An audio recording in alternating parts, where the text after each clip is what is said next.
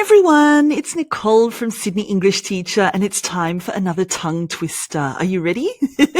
Today's tongue twister might look easy, but it's a lot trickier than it looks or sounds. It is stupid superstition, and we're practicing the s and the ch sounds together.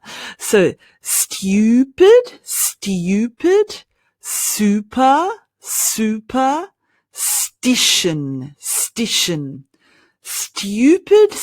superstition, stupid superstition, see, even I can't do it. Stupid superstition, stupid superstition.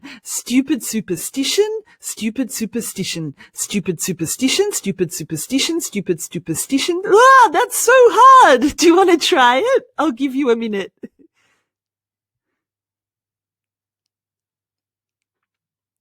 Well done. Let's do it together. Stupid superstition.